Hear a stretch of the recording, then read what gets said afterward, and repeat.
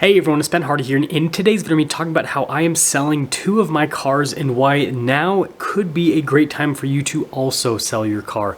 Before we get in this video though, as always, if you're going to save time and money the next time you purchase a car, link to my car buying guide in the description down below. Let's get into it.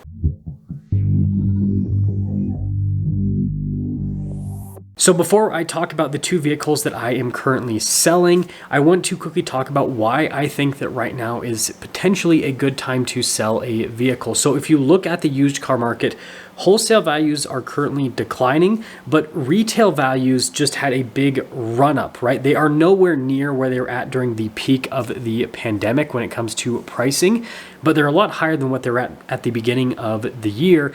And if wholesale values continue to decline, then retail values will most likely follow. And so what this means is we are currently in a situation where if you trade in your car, you're going to get a lot less money compared to where the retail market's at, because there's a pretty big gap between wholesale and retail.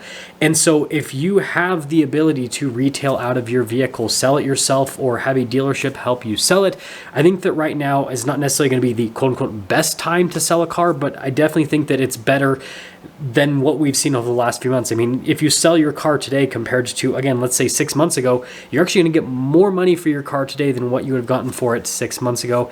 And so now let's dive into the cars that I am selling. And one of them has actually already sold. And so I do want to talk about how much money I was able to get for the car. And I want to use it as, I guess, a case example of just how good selling a car can be right now. So the first car that I am selling is my GT500 with the carbon fiber track pack. Now, I made a video on the main channel explaining why I am selling that car.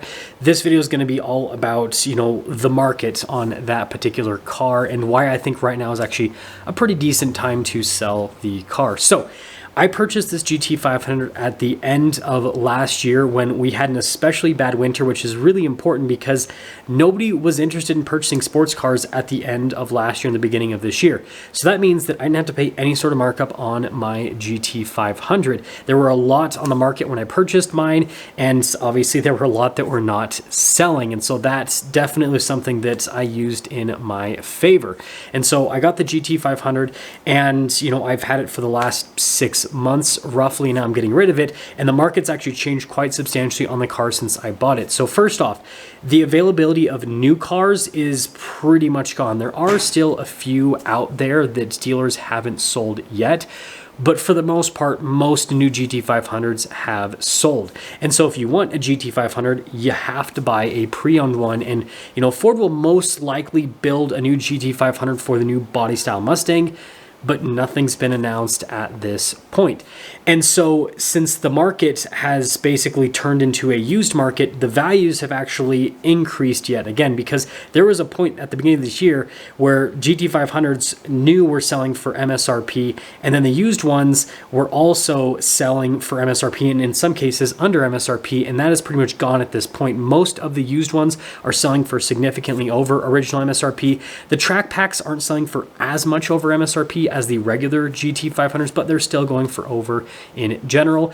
And so I haven't officially posted the car up for sale yet, but the dealer that I'm going to be having help me out with this transaction has recommended that I, basically price it at about, I think it's like $7,000 over original MSRP. So we'll see what happens. I know I'm going to get a lot of hate for doing that, but here's the deal. That is just the market on the car. I do not control the market dynamics whatsoever. I don't control the pricing.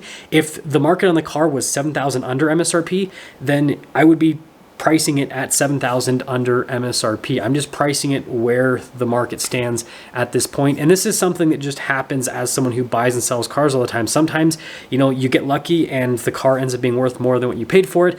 And sometimes you don't get lucky, and when you sell the car, it ends up being worth substantially less than what you paid for it. That's just kind of the game you play when you do this, YouTube car stuff where you're buying and selling cars for the channel to make content on. And then before I talk about the next vehicle that I actually have already sold, I quickly want to mention that 6 to 12 months is the typical time that I keep cars on the channel. For those of you that are wondering why I'm keeping the car for such a short period of time, that is what I have done for like 4+ years at this point.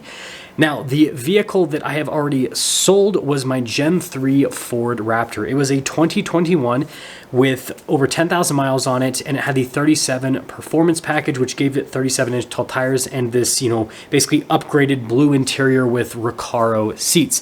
Now, I bought this truck at the end of 2021, and I bought one of the first Gen 3 Ford Raptors here in the state of Utah. And so I got it for an MSRP that was significantly lower than the MSRPs today. I think the MSRP on my exact same truck today is like $10,000 more. And I do want to talk about that towards the end of this segment in the video. But anyways, I am purchasing another vehicle from a dealer in the near future, and so I had this dealer sell my truck for me, and we thought it was going to take quite some time to sell because we basically kind of priced it maybe a little bit too high, but it sold within 2 weeks. And here were some comments that we got on the truck. First off, it was in much better condition compared to other used Raptors on the market, which if you follow the main channel, you might think that would be pretty surprising because that truck has been through a lot. I've taken it off-road a ton. I have jumped it a bunch. Like, I have used the truck as it was intended to be used. But at the same time,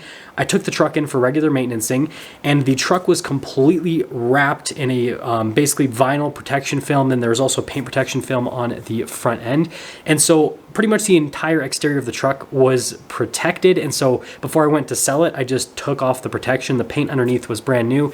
And then when it came to the interior quality, like, I just take care of my vehicles. Like, I don't eat inside of my vehicles ever. I'd make sure that my hands are not super oily when I touch surfaces because they just aren't, my hands are pretty dry in general. And so like the interior and exterior of my truck looked brand new. And this is a lot of the comments that we got on the truck when we were selling it. And so this is why the person that bought it was basically willing to pay over what original MSRP was on my truck. Now, it wasn't just because of the condition of the truck and just because of the package, because by the way, the 37 performance package is really hard to get. It was also because of how much other Raptors are going for in the market.